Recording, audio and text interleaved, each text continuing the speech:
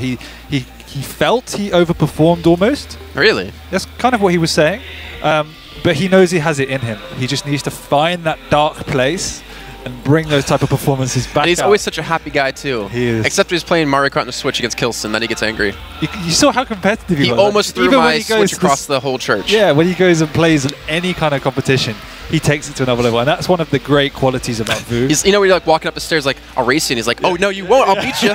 It's like, come on, it's just stairs, man. Yeah, look how serious he is. So, like, even though he's playing against RZD, and even though he's probably going to win, we won't see any relaxation. This is going to be Vu making sure he plays 100% to get ready for the rest of the matches, because he is an exceptionally hard group. He's got to beat Avec or Cypher or both. Yeah. And that in itself is no easy feat. So I can't wait till we see Cypher actually playing here. I haven't seen anyone so excited for that. I mean, especially from non-Quake background, you have to kind of, you don't understand the pedigree. It is true. And we're going to find out here as Vu going to be the favorite in this matchup. Is that golden strip because he's Italian, or is it just how they've done it for everyone? Well, because there's a blue strip on the other side. Yeah. Oh, no, because it's, you know, left and right. No, just come on. Just didn't know if it was a little bit biased coming out. Well, we do have Slasher being picked up, it looks like by Vu. Vu's still serious. And RZD going to be on Ranger, so we're going to see him a little bit. Yeah, and a scale bearer, so he's lost. Oh, okay, to be fair, he did say to us he has not played Quake Champions that much lately. He did play in the 3rd and 4th qualifier, online qualifier for QuakeCon, or for EU Regionals. He did make it past the round of 16 in number 3, and did make it past the round of 64, I believe, in Cup 4. And now he's coming up against the guy who came 2nd. So if he beats him, though, that's going to be a great story. You know, RZD coming up first in group. If he beats Vu, I don't want to see Vu for the rest of the day, because he'll just try and rip someone's head off. Well, Vu was already missing the initial rail shot. Let's hit the second follow-up, though. One of the things that was... He's going on the chase, isn't he? He wants to pick up this heavy and out position. I mean, he's been able to do that. Gets directly behind RZD, not expecting that the rocket will connect initially out of him. Yeah, one of the things that was apparent at QuakeCon, and that was ballsy, was that Vu's aim is strong but erratic. And particularly in the final, he just did not hit anything. And obviously being an FPS is... You need to hit your shots to win these games. It's like FPS 101, you know? If you can't beat your opponent in a one-on-one aim battle, then you're most likely not going to win the match. Yeah, so it's good to see him at the start of this game hitting a few really, really nice rails, and if he can continue that on, it's definitely one of the bigger weaknesses in his game. Well, no, RZD's going to be on Nyx. No Ghost Walk to use. 25 seconds to go on that. And he's challenging out against Vu with Machine Gun versus Rail. Now, I know I have extensive Quake knowledge, but I know that's not going to be a trade you want to take. That's not a matchup you want to have happen. I'm glad you're here. Oh, Vu coming in. That's one of the scary things about the Slash, and you can see right there, there's a lack of Quake Champions experience because he's really fast, or she's really fast. From old school Quake, that would never have happened because the dynamics of Quake, you would never have been able to, as an opponent, to get across the map so quickly. And RZD is obviously very much adapted to those traditional mechanics, and that's why he wasn't aware and was caught completely unawares. By the way, if you look at the bottom left-hand side of your screen, you see like a little picture frame there. It's actually a picture of him as baby and his mother, and I like that he does carry around with him to every event. Kilson also has his son's shoe. Really? I didn't know he has a son. Yeah. Or was his shoe when he was a baby? No, I'm pretty sure. Or is his shoe now, I guess? You really got me confused. I was 90% sure he had a son. I did not know that. I have to ask him about that one. Pretty sure. You better be teaching him Quake then. It's a tiny little shoe, and he calls it Claus's shoe as well. So it almost fits, you know, if the shoe fits. Yeah. We see RZD back on the Ranger. And again, he went for the very aggressive Dire Orb earlier on at the heavy armor. It didn't work out for him. But I respect the big ballsy play. That's not going to work out against someone like Vu, who's so experienced and is such an amazing player. Look at that aggression. Nice by Vu. Really nice. Dropping down, popping his ability and rushing in supersonic speed. And that plasma trail. That'd be a great skin for Nyx. Oh, sorry, for Slash. Pretty sure there's some copyright infringements going on. We're not going to get into that because we know how you feel about that. He's still continuing the chase here, and that's going to be the Ghost Walk popped. And RZD is going to create some distance, create some space, but I don't believe he has the rocket launcher if I saw correctly. And you can see that Vu just has everything available to him, not to mention the Mega, Health, and the Heavy Armor in just a few seconds. And you can see Slash getting across the map in like 3 or 4 seconds. Really one of the most powerful things you can do to bottleneck and contain your opponent. Oh, going back in again. Plasma Trail behind him, trying to go for the chase, going for the rockets as well, but that's going to be a trade. RZD for Vu. RZD, hey, we're going to cheer from the crowd as he gets one frag there. But he has a scale bearer, so this is when life becomes difficult. You make life twice as hard for yourself when you pick a scale bearer. I'm just going to say it. But it's totally worth it because it's ultra cool. It's worth it because you look cool when you do it.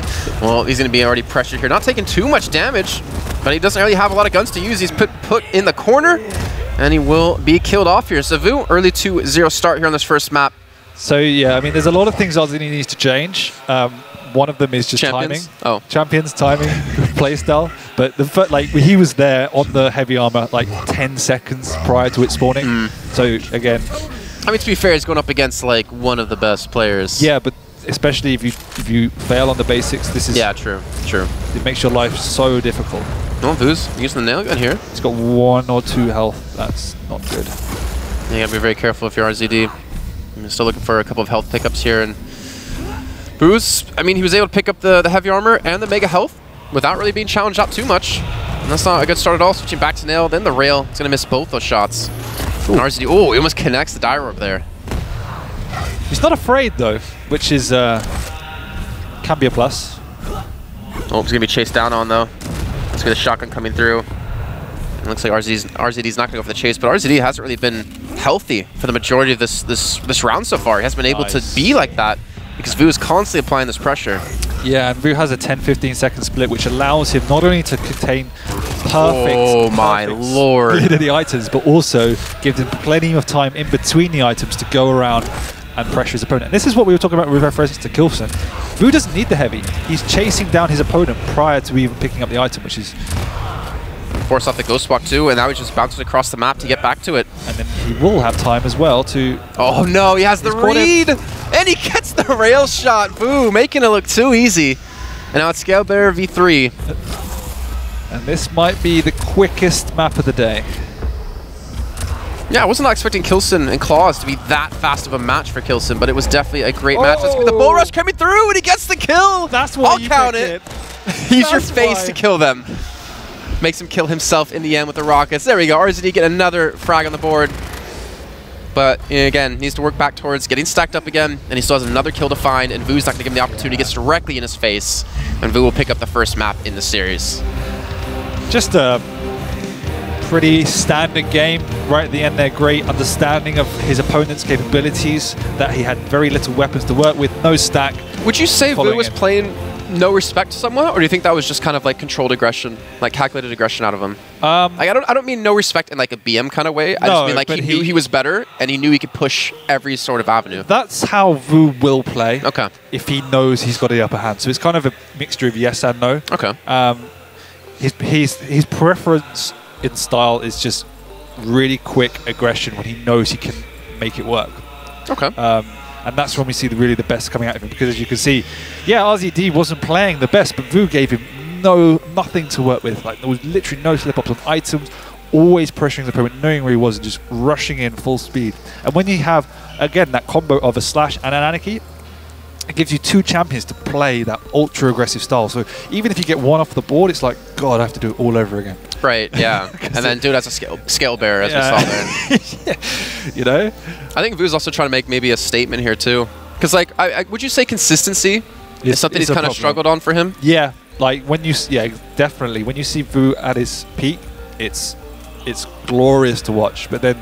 when he high highs and low lows. Yeah, when he doesn't turn up, it's just like, man, it's just depressing. So I mean, consistency is probably the hardest thing to work at as a pro player in any esport. Kind of casting consistency. Well, actually, you say that, and I know you say that as like a joke, but it's 100% true, because some days you just feel like you're on spot, right? Your mind's really working well, and you can say phrases you never normally would say. So other days you're a little bit slower. Yeah, maybe tomorrow. That's what I always say when I cast. Like, maybe tomorrow I'll do well. Maybe, you know, one day you're just feeling a little bit slow, like you didn't get enough sleep or something like that, which is obviously the case for players. But consistency, like, how do you ever train consistency? You can't, and that's, I think it's pretty much a lot of these top players, when you say they never fulfilled their potential, it's generally, above all else, it's consistency. So, and that's one of the biggest things that separates the best from the worst. So someone like Cypher, you can look at his track record, Rafa and Quake. Every time they would go into a tournament, they would place probably top 1 or 2, and that's just remarkable. Whereas players like Vu, you come out the woodwork and win, and then bomb out in the groups. Right. That difference is just, you can't have that if you want to be successful and succeed. Well, it's like a couple $100,000 difference for him in that case, between second place at QuakeCon and then dropping out in groups in DreamHack Denver. But you know, I think sometimes inconsistency is always fun to watch as a viewer. You know, seeing that player you follow just kind of really start to show up in that tournament and showing that he can be unstoppable. But I think it's also really frustrating as a player to know you're better than what you're currently playing, right? To know you can get second place at QuakeCon, potentially even taking first place if he was having a better match versus Claus, and then, you know, the next day not be able to perform at all. And it's just the nature of the way in which this game plays at this point in time, and that there are a kind of lot of mechanics that allow players to get back into games where they shouldn't do, and there's a little bit more randomness than there was in the older versions of the Quake, and that does contribute to what might be perceived as a lack of consistency. All right, well, here we go into map 2. Currently, Vu with a 1-map lead. And RZD again going to be on the Ranger. A Sorlight coming out. I'm pretty happy to see this. Aspit has been thrown down, but the Aspit has not connected. Yeah, I mean, it's not a champion particularly used, but it has its uses particularly on a map such as Blood Run. Oh, he's doing a lot of damage here. Might be able to pick up the frag, but Vu does secure the kill. Because a lot of LG damage there. What you can do on Blood Run, like how we saw Kilson playing the Doom Slayer earlier, you can utilize Sorlag for a very similar purpose. Playing positional around corners with the Spit is particularly It's a lot of burst damage. Yeah, exactly. Like that puts a rocket, you're not going to survive that for a long time. But also with the air movement control allows you to move through those corridors exceptionally quickly, and also has a slightly higher stack than the Doomslayer as well. You saw RZD had a good read there. Went for a preemptive rocket onto the rocket launcher, and Vu gonna kill himself. And swatches out to the... Oh no, he gets the kill on RZD still! Did he ran back into it? He must have come through... I don't even know. He obviously walked over the Spit somehow, but it was only at that one place. He was on the blood pool, then he went through the telly, and it must have been health bug. Oh, that's so unfortunate for him, but hey. Okay. Does get a kill on the board here. C'est la vie. Is that Italian or is that French? It's something in between.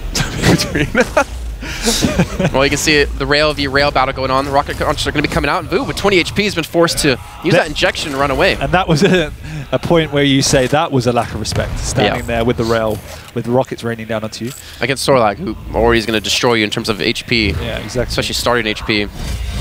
But Vu living to fight another day with his anarchy. I did like his control though, realizing he was okay. I need to take a step back here, boys. I'm getting a little bit too aggressive. Nice. Let's connect a couple of rockets, and the rail gonna fall up, looking for the finish. Cool. Why you challenge that? No, I was gonna say wow. It was kind of a mix of wowie. Don't know what's happening. Yeah, but I mean, again, I'm enjoying seeing RZD play just because he's being so aggressive, like with these dire orbs. Yeah, like he's not afraid to go in and be ballsy, and I will always respect that as a caster looking at a player. I think his kind of picks and play style is 3 months behind what we're doing nowadays, but yeah. It's a good little juke there though. Throws a dire orb one direction, uses the jump pad to get somewhere else, and you even saw Vu kind of go for a little bit of a flick there, not sure exactly where to go, but the heavy armor is up, and Vu wants to pick it up. And RZD doesn't have dire orb for another 5 seconds of time. Yeah, the interesting point is Vu's pick of Sorlag over the Doomslayer, because as we said, they fulfill relatively similar roles. I know, for instance, Vu did say he felt Sorlag was pretty useless. Okay. So it's something I'm going to have to talk to him about and see what's his thought process behind that. I feel like, I mean, with Doomslayer, it's so much easier to dodge rockets. Obviously, the health pool is a major difference, right? Like the amount of stack you can get, but being able to just jump over rockets like we did see with Kilson against Claus, against Hao, just seems to be so strong. That's a lot of damage done in RZD again, looking for the dire orb kill. And I guess we see the reasoning why Vu likes to play this champion so much, just flying around the map, abusing the air control. Supersonic speed. Do you think maybe a Sorlag pick, because of like the health difference, is his way of showing he's maybe not as confident in these 1v1 rocket launcher battles because he has more health to play with? Or do you think this is just more towards the style he likes to play? He likes to be fast around the map. It's style. In that Sorlag, it does allow you to be more aggressive than a Doomslayer because of the air control and the way in which you can build more speed around the map. And as we said, that burst damage, if you can connect with the full Spit, is very powerful. And I'm really, really impressed and happy that Vu's hitting these shots today. And if you can continue that on, I would definitely suggest he would be qualifying for this group. Nice. That's a great little job there. You talked about the burst damage. He has to Spit plus the rocket launcher, and now he's 1 round away from picking up his first victory here in Group B. Yeah, and he looks comfortable, but you can see he's completely focused. He's 2 rounds up. He had such a comfortable first and second map, but he won't let up. That's the thing with Vu, and it's because any little slip up could actually cost you. So, that's gonna be. Oh, he goes directly into the acid spit, and he's gonna fall from this one. 18 HP left. Oh, he gets the kill though with the railgun right before he does falls. At least turns into a 1-for-1 trade. That was hands down. Well, that was well done by him, considering he knew he was gonna die to be able to get the kill before he did get finished. I think Vu's not gonna be happy about that. I'm sure he won't, but he's okay. As long as he's got an Anarchy, I'm sure he's okay. Well, 20 HP for RZD. He's gonna have to back off here. Oh, he doesn't know exactly where he's gonna be. They actually both ran into each other. And RZD misplaying or mistiming that. Vu gets behind him, gets the quick kill. And now is 1 frag away from closing out this map and the series. Yeah. Not bad. Really, just solid play. Yeah, I hate to put you on the spot like this because it's hard to analyze, you know, like quick 2-0s like this. Yeah, if it continues to be so. We can see He's having a little bit of fun too with it. Who's just comfortable. That's insane. Yeah, that's pretty disgusting. Just sporting what he can do here on the Anarchy, and I love it how he just undermines me completely. I'm saying he's not gonna let up. He's gonna watch the cast back and be like, "Yes, I got him." God damn it! He does mention every time I make a mistake, particularly when I'm talking about him. So really, well, that gives you more reason to point him out when he makes a mistake when playing, if he ever does. 18 HP. Once jumps back in. Yeah, he's a little bit reckless, but giving the Italian crowd something to cheer about. That would get in my head if I was RZD too, because he's trying, right? Oh, and then just to see Vu just strafing around backwards around the map. Yeah, but I mean, as you saw in the interviews at the very start, RZD does not expect to win anything. He's a very happy guy, though. Very nice guy. Yeah. Lovely to talk to. Definitely has a lot to say. And I think he kind of knows, you know, generally how the series is probably going to go throughout the group for him. But he's happy to play in front of his home crowd. Yeah, I would be. But nothing happens in the UK. Well, it's because there's no good UK players. What? Okay, we're not gonna get that lethal. We're not gonna get that deadly, or we're not gonna get our claws out off the bat. Maybe tomorrow. You didn't realize there's a UK player in a final today. Yeah, but what other players were in that tournament? Was Avik there? Was Claws? This is a good point. No. Garpy's great. He's a great guy. Actually, I was really surprised at how down to earth he was, and I wish him the best of luck over at ESWC. Who was he playing against in the finals? I don't remember. Sparty. Okay, yeah, it was Strengths and RZD playing in the 3rd, 4th place match, where I believe RZD won that in the rematch. But here we go, Vu going back in, gets the bounce, gets the second. And Vu, gonna be your victor for today's first match of Group B. And to be honest, that's a match I think he probably expects to win, but it's good to have under your belt now, because the opponents do not let up from here with Cypher and Avik to come up next for him. Yeah, warm up. Yeah, exactly. Let's say that. It's quote unquote like a fluffer game, you know? It's to get your confidence up going into the rest of the group. And we're going into an interview. Ladies and gentlemen, welcome back. Vu, a strong display to open things up here on stage, hopefully get you loosened up. How did that feel for you? Were you liking things on the patch on stage? Yes, the computers felt good, the game felt good, everything flowed well, so it showed in my game. And now, obviously, you've got a couple more matches to prepare for. I believe you're going to be sticking around here and playing your next match as well.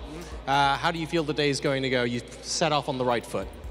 Yeah, I started my tournament the best way possible, you know, 3-0, 3-0. So now I got to face my 2 toughest opponents of the group, Cypher and Avik. Those are going to be really close matches, I think. And hopefully I'll come out on top. But yeah, the start of the tournament has been good for me. Well, congratulations once again. We look forward to seeing your next games. Analysts, go ahead and let us know how that broke down. I like how he says analyst. Thank you very much, Joe Rosar, for that one. Clearly, I'm an expert. Flattery. Yeah. I'm very humble as well. Absolute finest. You know, I can't grow a beard like you. Can't grow muscles like you. But I can't compete with you here. But I can.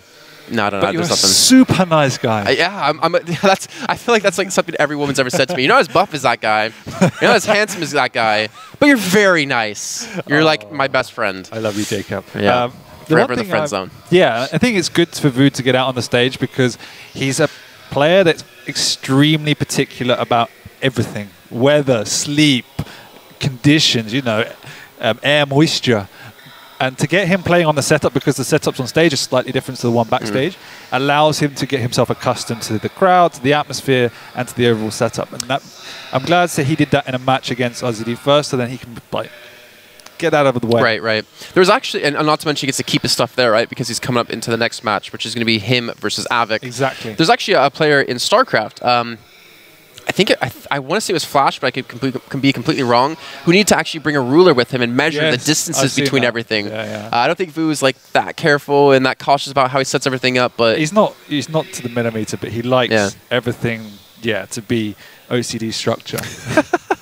I will be going into some highlights. Whereas I'm just that's what we're mouse pad. Let's go mouse and let's roll. Yeah, to be fair to you, like every player I've talked to about, you're like, oh, who are you casting with? I'm like, ZSX, and he's like, oh yeah, okay, because they still consider you like a very good player. Don't know why, but must have did something right. I'm just looking at a couple of highlights here. If we're watching the Italian stream, he's analyzing this, but let's be honest, it's just basically a highlight reel here for both streams. Yeah, I really enjoy playing. Sorry, I hope so. Watching Vu.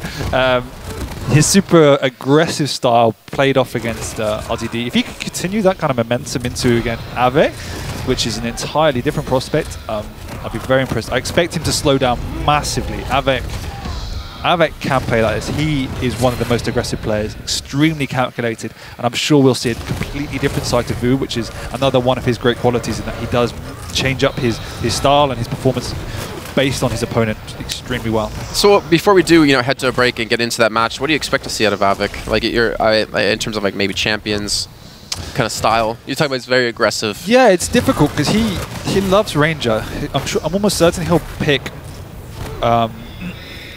Nyx, but maybe he will pick Ranger.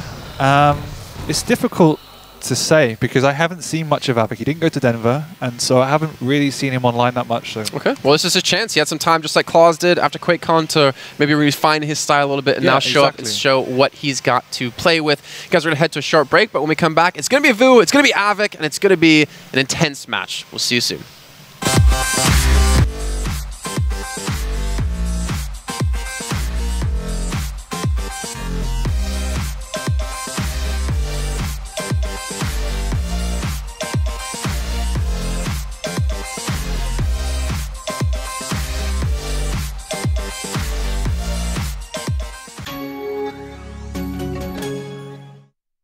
La mia vicina si è comprata TV e lavatrice. Dottore, mi ascolta? Sì, ciao. Io vado da Euronics. Con sconti più buoni, sconti immediati e un buono da 50 euro ogni 200 di spesa. Euronics ti ascolta, davvero. Con il mobile 4G Fastweb, niente vincoli di durata. 6 giga, 250 minuti, wifi con giga illimitati e disdici quando vuoi. A 5,95 euro ogni 4 settimane.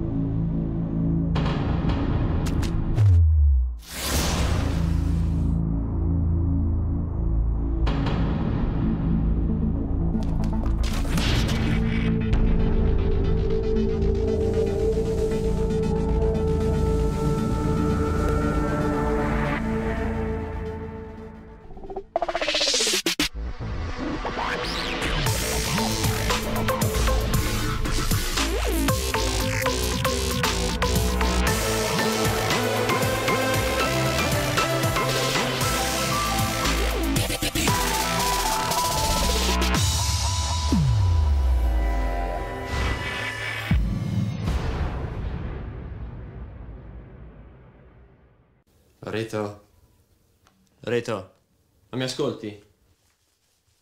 Sì, ciao, io vado da Euronics. Da Euronics, nuovo Nokia 8 con doppia fotocamera e Android puro, più un buono da 150 euro. Euronics ti ascolta, davvero. Con il mobile 4G Fastweb, niente sorprese. 6 giga, chiamate internazionali incluse e wifi con giga illimitati. A 5,95 euro ogni 4 settimane.